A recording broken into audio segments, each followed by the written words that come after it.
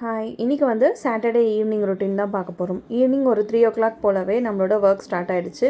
Because இன்றைக்கி வந்துட்டு ஒரு எக்ஸ்ட்ரா ஒர்க் இருக்குது. அதனால தான். என்ன ஒர்க் அப்படின்னு பார்த்தீங்கன்னா, அடை தோசைக்கு ஊற வச்சுருக்கேன். அதை வந்து நம்ம அரைச்சி வைக்க வேண்டியிருக்கு. பிகாஸ் இப்போயே அரைச்சிட்டோம் அப்படின்னா 1 மணி நேரம் வெளியே புளிக்க வச்சுட்டு அதுக்கப்புறமா நைட்டுக்கு அடை தோசையை ஊற்றிக்கலாம். அதுக்காக தான்.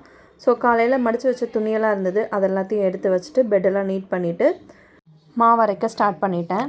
எழில் வந்துட்டு மதியானமே தூங்க வச்சு எழுந்த பிறகு அவனையும் குளிப்பாட்டி அவனையும் வந்து ரெடி பண்ணி விட்டுட்டேன். அவன் விளையாடிட்டுருக்கான். ஸோ இப்போ வந்துட்டு கிரைண்டர் வந்து நான் எப்போவுமே கீழே தான் வச்சுருப்பேன். எப்போ எனக்கு தேவையோ அப்போ மட்டும் எடுத்து மேலே வச்சுப்பேன். ஸோ கீழே வச்சுருந்ததுனால லேசாக டஸ்ட் இருந்தது. அது எல்லாமே வந்துட்டு ஒரு ஈரத்துணி வச்சு தொடச்சிட்டு அப்புறம் ஒரு ட்ரை கிளாத் வச்சு தொடச்சி ஃபுல்லாக க்ளீன் பண்ணிட்டேன் கிரைண்டர். அதுக்கப்புறம் அந்த கல், அந்த ட்ரம் எல்லாமே வந்துட்டு ஒரு தடவை வாஷ் பண்ணிப்பேன். எப்போவுமே மாவு அரைச்ச பிறகு வாஷ் பண்ணிவிட்டு தான் வந்துட்டு காய வச்சுட்டு தான் எடுத்து வைப்பேன். இருந்தாலும் அகைன் யூஸ் பண்ணும்போது ஒரு தடவை வந்து வாஷ் பண்ணிக்குவேன். ஸோ இன்றைக்கும் அதே போல் வாஷ் பண்ணிவிட்டு ஆர்ஓவோட ப்ளக்கில் தான் நான் போடணும். ஸோ ஆர்ஓவிலேருந்து ப்ளக் எடுத்துகிட்டு இதையும் வந்து போட்டு ஸ்டார்ட் பண்ணிட்டேன். ஸோ ரொம்பவே நல்லா ஊறி இருந்தது. மாவும் வந்து நல்லா வந்து அரைஞ்சி வந்தது. நான் ஃபர்ஸ்ட் டைம் வந்துட்டு அடை தோசைக்கு போட்டிருக்கேன்.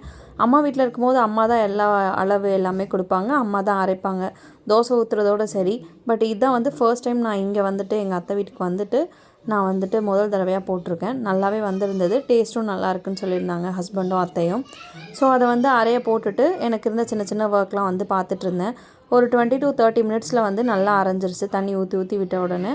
அதுக்கப்புறம் பார்த்திங்க அப்படின்னா மதியம் வச்ச குழம்பு இதெல்லாம் வந்துட்டு இருந்துச்சு. அது எல்லாத்தையும் சூடு பண்ணி வேறு பாத்திரத்தில் மாற்றிட்டு எல்லா பாத்திரத்தையும் எடுத்து ஒழிச்சு சிங்கில் போட்டுட்டேன்.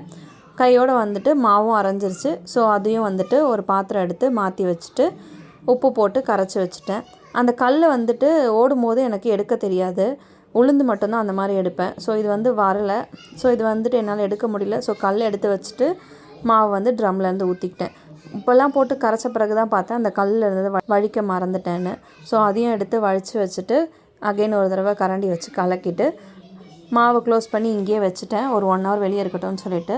பிகாஸ் அப்போ தான் புளிச்சிருச்சு அப்படின்னா நைட்டு வந்து யூஸ் பண்ணலான்றதுக்காக. அதுக்கப்புறம் வந்துட்டு இருந்த பாத்திரம் எல்லாமே வந்து வாஷ் பண்ணி ஃபுல்லாக நீட்டாக கழுவி கவுத்து வச்சுட்டேன். கிரைண்டரும் வந்து நீட்டாக தொடச்சி வச்சுட்டேன். அதுக்கப்புறம் கொஞ்சம் நேரம் போய் எழில் கூட விளையாடிட்டு இருந்தேன். எழிலுக்கு வந்துட்டு ஒரு ஆல்ஃபபெட்ஸ் இருக்க ஒரு போர்டு வந்து வாங்கியிருந்தேன். மீஷோலேருந்து தான் வாங்கியிருந்தேன். ரொம்பவே நல்லா இருந்தது. அவனுமே வந்து இன்ட்ரெஸ்டிங்காக அதை வந்து விளையாட ஆரம்பித்து விளையாடிட்டு இருந்தான். அதுக்கப்புறம் டைம் போனதே தெரியல. ஒரு 5:30 போல் வந்துட்டு எழிலோட அப்பா கால் பண்ணாங்க, ஆஃபீஸ்லேருந்து கிளம்பிட்டேன்னு சொல்லிட்டு. சாட்டர்டேனா அவர் கொஞ்சம் சீக்கிரம் வந்துடுவார். ஸோ அதனால தான். அதுக்கப்புறம் இவனும் வந்துட்டு என்னோடய வந்து உட்காந்துட்டு இருந்தான். பால் காய்ச்சிட்டு இருந்தேன். எங்களுக்கும் டீ போட்டு குடிச்சிட்டு அப்படியே அவர் வந்த பிறகு அவருக்கும் டீ எல்லாம் போட்டு கொடுத்தாச்சு.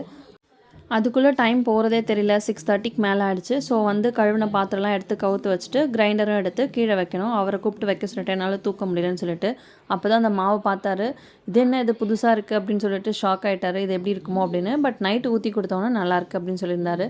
அதுக்கப்புறம் அதெல்லாம் எடுத்து வச்சுட்டு நானும் அவரும் வந்துட்டு கடைக்கு போயிருந்தோம். எனக்கு ஒரு டேப்லெட் வாங்க வேண்டியிருந்தது. வாங்கிட்டு வந்துட்டு எழிலுக்கு வந்து சாப்பாடு கொடுக்குற டைம் ஆகிடுச்சு நைட்டுக்கு. அடை தோசைக்கு தேங்காய் சட்னி இல்லை கார சட்னி தான் நல்லாயிருக்கும். ஸோ நான் இன்றைக்கி வந்துட்டு தேங்காய் சட்னி தான் அரைச்சிருந்தேன். ஏன்னா அவருக்கும் ரொம்ப பிடிக்கும், எழிலுக்கும் ரொம்ப பிடிக்கும். அதனால் தேங்காய் சட்னி தான் அரைச்சிருந்தேன்.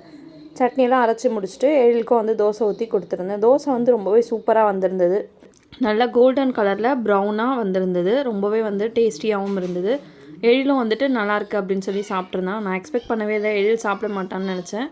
அவனுக்கு நார்மல் தோசை தான் ஊற்றணும் அப்படின்னு நினச்சிட்டு இருந்தேன். பட் எழிலும் வந்து நல்லாயிருக்குன்னு சொல்லி சாப்பிட்டுட்டான். எழிலுக்கு ஒரு ஹேபிட் இருக்குது. ஏதாவது பிடிச்சதுன்னா அது எப்படி செஞ்சேன் அப்படின்னு நம்ம சொல்லணும். நான் இந்த மாதிரிலாம் இப்படிலாம் செஞ்சேன் அப்படின்னு சொன்னேன் அப்படின்னா, ஓ அப்படியாம்மா, ஓகேம்மா, நல்லாயிருக்கு அப்படின்னு சொல்லுவான். மாவு பார்த்திங்கன்னா ஒரு 1 hourலேயே வந்துட்டு எனக்கு நல்லா வந்து பிடிச்சிருந்தது. லேஸாக வந்து அந்த பபிள்ஸ் வர ஸ்டார்ட் ஆகும்போதே நான் எடுத்து வந்து ஃப்ரிட்ஜில் வச்சுட்டேன். இப்போ வந்து தேவையான அளவு மட்டும் எடுத்துகிட்டு மீதியை ஃப்ரிட்ஜில் வச்சுட்டேன். எப்போவுமே வந்து மாவு நம்ம அரைச்சி ஸ்டோர் பண்ணுறோம் அப்படின்னா தேவையானதை எடுத்துகிட்டு மீதி இருக்கிறத ஃப்ரிட்ஜில் உடனே வச்சிடணும். அப்படி வைக்கல அப்படின்னா வெளியே எவ்வளோ நேரம் வச்சு நம்ம தோசை ஊற்றுற வரைக்கும் வச்சுருந்தோம் அப்படின்னா இன்னும் ரொம்பவே வந்து புளிப்பாயிடும். நம்ம 2 நாள் 3 நாள் வச்சுருக்கிறது வந்துட்டு ரொம்ப டைமும் வந்து நம்மளால் யூஸ் பண்ண முடியாது. ஸோ அதுக்கப்புறம் எழில் வந்து பார்த்துட்டு போயிட்டே இருந்தான். என்னை தூக்குமான்னு சொல்லிகிட்டே இருந்தான். அதனால் அவனை வந்து சமாதானப்படுத்தி வெளியே உட்கார வச்சுட்டு நான் வந்துட்டு தோசை ஊற்றிட்டு அவனுக்கும் கொண்டு போய் ஊட்டிட்டேன். ஒரு 2 வாய் தான் சாப்பிட்ருப்பான். அதுக்குள்ளே வந்துட்டு நானே சாப்பிட்றேம்மான்னு சொன்னான். சரி ஓகேன்னு சொல்லிட்டு பிச்சு போட்டு அவன்கிட்டயே கொடுத்துட்டேன். இன்றைக்கி ஈவினிங் இப்படி தான் போச்சு. இந்த வீடியோ பிடிச்சிருந்தா மறக்காமல் சப்ஸ்கிரைப் பண்ணிக்கோங்க. நெக்ஸ்ட் வீடியோவில் பார்க்கலாம். பாய்.